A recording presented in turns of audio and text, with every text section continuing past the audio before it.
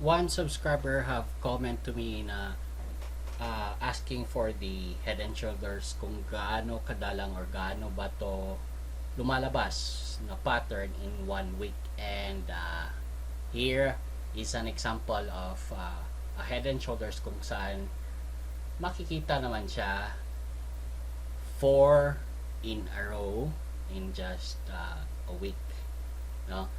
What I'm trying saying here is, yes, totoo pong bihira lumalabas ang head and shoulders, but pag lumalabas naman po, talagang medyo sabay-sabay sila.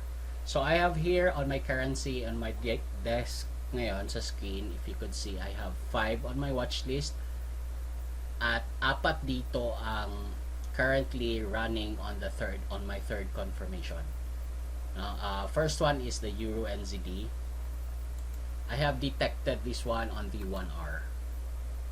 So kung makikita mo, yan yung 1 hour. At the left shoulder is in line din naman sa itong tinatawag ko na MACD. Tapos pagbaba niya, pag-akyat niya ulit, nagiging head, then pababa, then akyat ulit, and it is now currently forming the right shoulder, which hindi pa na natin to masasabi na head and shoulder talaga, kasi ang strategy ko natin dito is we will start on the right shoulder. So specifically, I have 5 confirmation, which is I paulit-ulit ko na pa itong pinapakita on my YouTube. Then currently for this currency, Euro NZD, makikita nyo po na merong nasa third confirmation na tayo. So pumasa siya sa first confirmation, which is 61.80% above. Lumampas na siya. Actually, muntika na siyang mag level sa head, but bumaba. Then the second confirmation is the rejection of the up, kaya nilagyan ko ng square. The third confirmation is the etong rejection sa baba, retest na sinasabi ko. Then ang hinihintay ko na lang dito, since meron na yung pangatlo, I'll proceed on my fourth confirmation, which is mag-a-adjust ako ng time frame sa 15 minutes. Dito, the fourth confirmation ko naman dito is crossover. Then making sure the crossover is below, then na supported siya ng MACD na below on the zero line, which is yes, below na po ito. Then on the fifth confirmation, which is pag ito ang lumabas, is talagang mabibreak niya itong tinatawag nating retest. So tsaka ako maglalagay. So this is all possible in the rest of the currency pairs na nakikita natin. Isa na dito on my watch list also is the NZD JPY. Ayan siya. Then the other one is the GBP CHF, which is tapos na ang third confirmation, going for fourth. Yan, waiting for the crossover. And Euro AUD, dito naman si Euro AUD, hinihintay ko lang yung third confirmation, medyo wala pa yata. Now, what happen if wala kang makikitang third confirmation? Then normally, do not trade, no?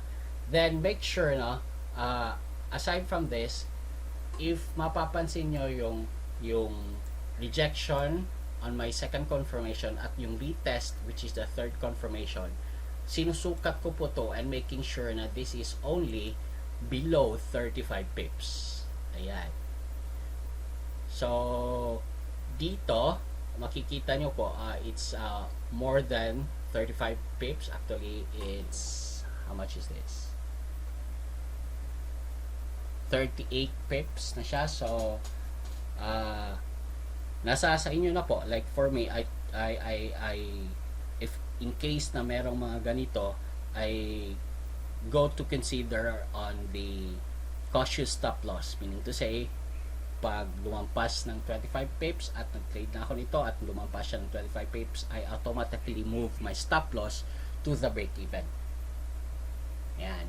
Now here naman, kung susukatin natin from here papunta doon, Ito is just 15 pips. Ito, pasok na pasok, no? Pasok na pasok ito sa ating requirements. Isa sa mga requirements in trading the right shoulder.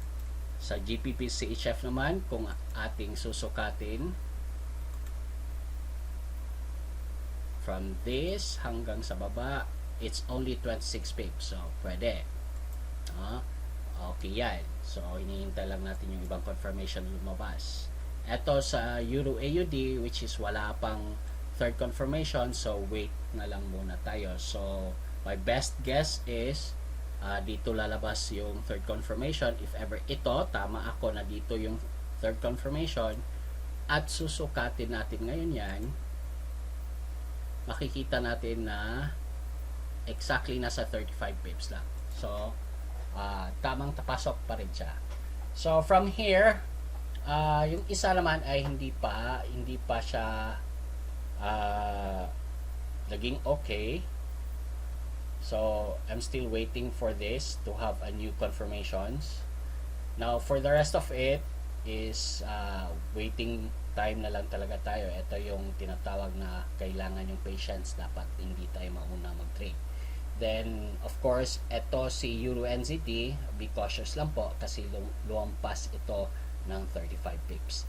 Ilan po, maraming salamat. So, this is what I've said, na minsan walang head and shoulders, but if ever magkakaroon, doble-doble naman, like possible siya sa ibang currency pair.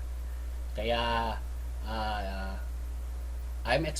personally, I'm expecting isa dito ang lulusot. Isa lang, take note, isa. Maraming salamat po, Uling Cyril. Please do subscribe.